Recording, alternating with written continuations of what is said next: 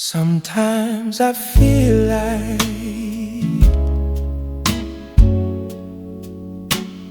watching from afar.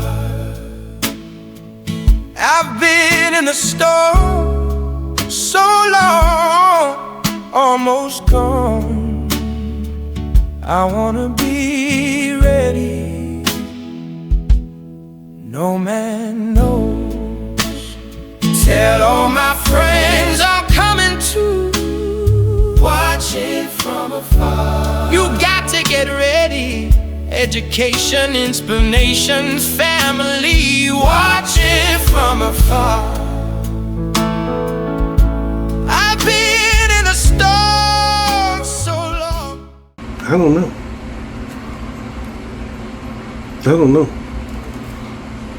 But I bet if we put our heads together, we can figure it out. What's wrong with America's economy? On paper, the U.S. economy appears to be doing well. With GDP growth and inflation holding steady. But most Americans say they are feeling increased economic pressure, and Americans are they overreacting to something that is fundamentally wrong with the U.S. economy? Yeah, I don't think they overreacted. I don't think they overreacted, man. This is just one analyst I was reading, I tend to read a couple of articles to kind of get the gist of what the so-called papers are saying, what the so-called experts are saying. But to get the real effect, you have to see what the people are saying. The people on the streets, the people at Walmart, the people over there at goddamn Target, at Dollar General. You gotta get what they saying. With the HEB. You know how sometimes, some of y'all may know, how you have like I guess the coupon deal where you signed up one time and they like send you an email saying, hey, this is gonna be on sale, or this is on sale. Okay, with the HEB to get some spaghetti sauce, get a few jars, kind of stock up a little bit. 73-year-old woman bagging the groceries just looked at her and said, hey, is everything okay? She said, yeah. She said, it's as good as it's gonna be. She said that she had to go back to work at 73 because she had doctor bills and they took most of her money. Most of everything that she had was gone. A lot of this was affected because of this so-called big beautiful bill. A lot of this was affected because of the politicians that were voted for. A lot of this was the decisions that we made.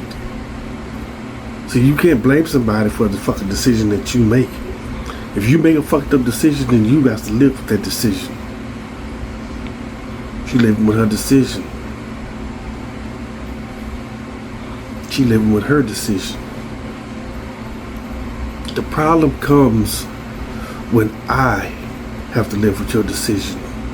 When we, the rest of the people, when we have to live with your goddamn decision that you made. That's the problem. And that's what I'm saying. That's where the pain comes in. Because I have to suffer because you wanted a certain thing. Or because you felt like you wasn't getting what you thought you deserved. You didn't work for it. You didn't put in the goddamn work. See, because a lot of people put in work years before the things happen to them. Those good things. You may work the whole goddamn year to take a week vacation. Some people don't do that. They fuck off their money during the year. They gotta have the newest iPhone. You know what I'm saying? They gotta have all this shit on their motorcycle. I gotta check my motorcycle, gotta be pretty. You know, the fancy car seats in their truck. You know, they gotta have 22-inch rims, 24-inch rims. Then they want you to feel sorry for them when they suffering, when their family's suffering, when their kids don't have enough to eat. Those were your decisions. That wasn't my decisions.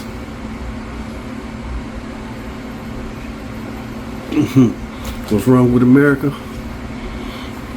Americans. It's that simple, man. What's wrong with America? Americans. Americans fucked up the country. America's fucked up America because some people thought that they wasn't getting enough, or that they should have what I got or what you got. You know what I'm saying? They got the big eyes.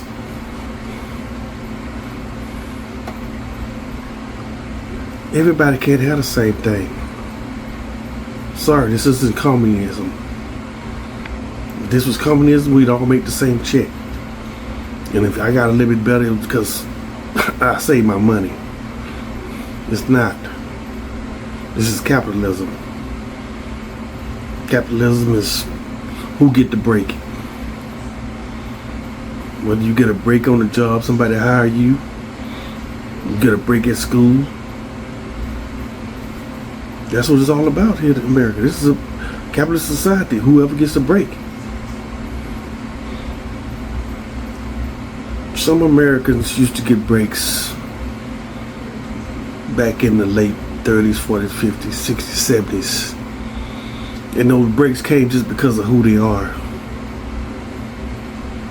I know y'all know where I'm going with this. It was a skin color thing, so hey, I'm gonna make you the manager. Oh, this guy got 15 years in the plant, but he ain't white, so I'm gonna make you the manager. I'm gonna make you the supervisor. I'm gonna make you the lead shift manager.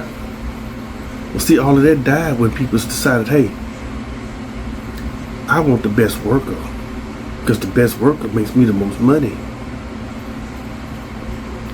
That's all it was. That's all it was. So Americans killed America. You don't get that cushy job because they want the best worker. And that best worker ain't you. Sorry to be the one to tell you that. Man, I'm gonna call it right here, man. Don't y'all forget to like, subscribe, and share the videos, man. We're trying to get it up there, baby. We're trying to work it. I'm telling you. By the end of the year, man, we're trying to work it. I want to be as close as I can to 100,000 subscribers by the end of the year.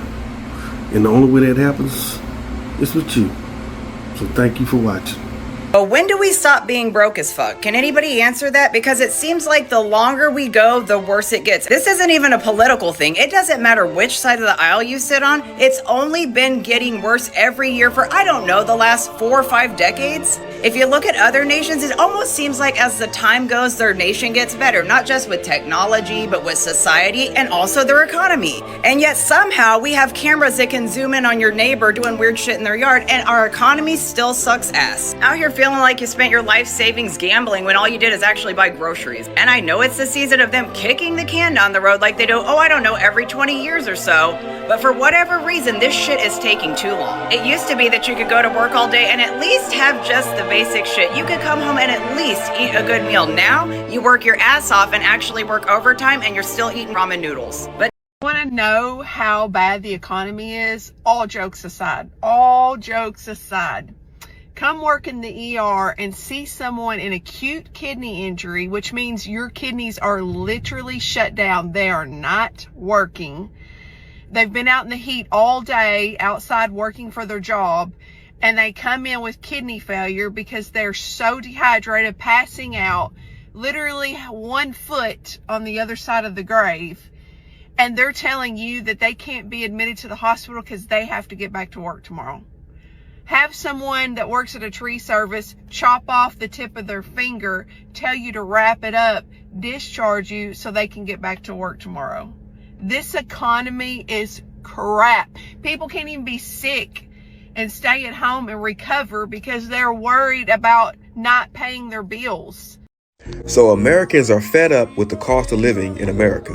And if you think I'm playing, check this out. Society is a fucking scam. So you wake up early in the morning to go to work to pay for a house. We need a little bit better messaging in that regard, because the president is 100% correct. The economy is doing very, very well. Your whole point about better messaging is exactly why the Republican Party is cooked. Because it's direct actions of this president that has made things more expensive. Getting rid of ACA subsidies directly led to a 26% increase in healthcare premiums. Getting rid of clean energy projects led to a 13% increase in energy bills. You're seeing this all across. Why would you go put tariffs on a country like Canada that we had free trade with? That resulted in farmers having to pay 13% more on their inputs, which led to more farm bankruptcies in the first quarter of last year than all of the previous year combined. The reality is there are direct actions of this president that's increased prices for the people of this country. So go and brag about Wall Street doesn't take the fact that the people of America are the ones that are suffering under the policies of this president. Something weird is happening with the American economy. The official numbers say everything's fine. GDP is growing. Unemployment is low. But your paycheck feels smaller. Rent keeps climbing. Groceries cost more. And somehow, saving money feels harder than it ever has. You're not imagining it. There is a real gap between what the economy looks like on paper and what it actually feels like to live in it. And today, we're going to break down exactly why that gap exists, who it's hitting hardest, and whether it's going to get better. So let's look at what the numbers actually say and why they're only telling you half the story. GDP grew at 2.1% in the first quarter of 2026. Unemployment was sitting at 4.2% in June. Those are not crisis numbers. Not even close. If you judge this economy purely by what the data says, you'd probably walk away thinking things are basically under control. And that's where the real picture starts to get complicated. Workers are watching their hours quietly shrink. Adults in their late 20s are moving back in with parents they thought they'd left behind for good. Renters are dealing with prices that would have looked like a typo 5 years ago. And people who finally get a shot at buying a home are finding out that a lower asking price doesn't actually mean a lower monthly payment. The economy is technically moving forward, but the weight of that movement is not being shared equally. And for a growing number of households, the math has simply stopped working. This video is about that gap. Not the kind of gap that shows up in a government report. The kind that shows up in your paycheck, your rent, your bank account. The slow, quiet disappearance of what people used to call financial breathing room. By the time we're done, the question that actually matters won't be whether America is technically in a recession. It'll be whether the way we measure economic health is even capturing what's happening to real people anymore. But to understand where things stand right now, you have to understand how we got here. And it starts somewhere most people experience twice a month, without ever thinking of it as an economic indicator: payday. Wages have gone up over the past several years. By most official measures, people are earning more than they were before. That part is true, but here's what those numbers don't tell you. Slowing inflation is not the same as falling prices. When price increases slow down, prices don't go back to where they were. They stay exactly where they landed. Rent, groceries, utilities, insurance, all of it is still sitting at elevated levels. Yes, the paycheck is bigger, but it's walking into a world where almost everything costs more than it used to. I want you to watch this for a second. The bond market is spiking yields, and I'm just wondering if the bond market is telling us something different here. What would be your biggest economic risk if you had to look at one risk for the rest of 2026? Is it inflation? Is it labor shortages? Is it deficits? Is it the Senate not getting the president's agenda across the finish line? What would it be, Kevin, in terms of the biggest risk to continued economic growth from your standpoint? I think the biggest risk facing the U.S. economy right now is that these socialist/communist Democrats actually have a big victory and can start to have their policies be pursued by local governments and even perhaps the federal government, because they really are looking at kind of a communist takeover of America. And if markets start to think that those people are going to be successful, then there's going to be a lot of pain in markets. And so I think that's the biggest risk right now. Well, I think this is a great point that you make, frankly. Something I hate is how this nation demonizes the poor, the destitute, and those struggling financially, while on the other hand, lauding and praising these billionaires and wealthy people and ascribing to them virtues that they do not deserve, when in actuality, they are some of the most corrupt, despicable human beings on the planet. I'm posting this video because this is like the third time in literally 2 weeks that I bought old moldy food from Walmart. 2 different locations. My daughter opened this up and brought it to me. This shit is disgusting. Walmart, y'all gotta tighten it up, man.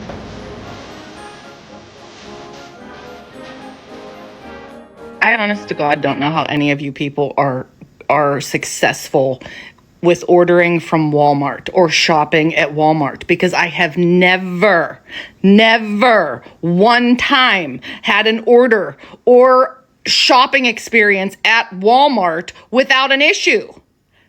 Ever. And I must be a glutton for punishment because I still continue to try. Mohammed, the chat agent, offered to give me a $10 promo to take back the tip that I gave a driver that delivered my order to the wrong fucking address, and Mohammed can't find it. So I could place the order again and get it tomorrow and pay $9.95 again to have it. Fuck you, Walmart. Whether it was like sunscreen, whether it was like eye drops, deodorant, like everything in there was locked up. Supplements. Literally like any aisle you could think of, like it was locked up.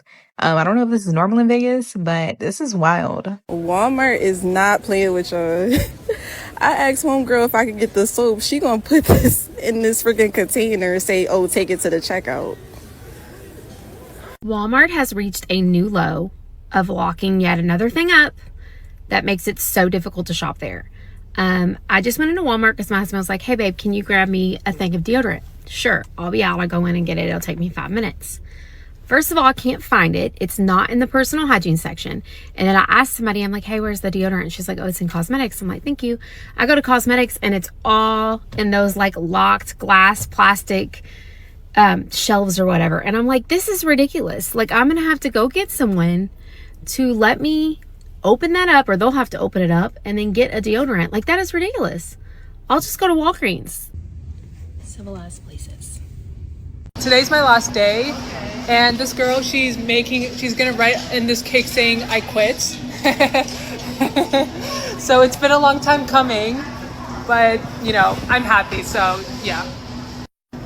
So we are getting the process started.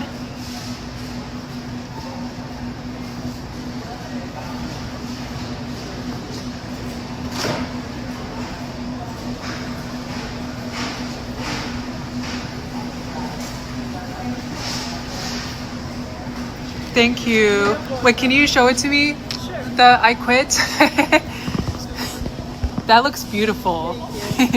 Walmart is a horrible employer. Y'all doing Walmart so bad, they gotta lock they steaks up, boy. They not playing with y'all now. $45 for a steak, and they locking them motherfuckers up, tight. What y'all done did to Walmart?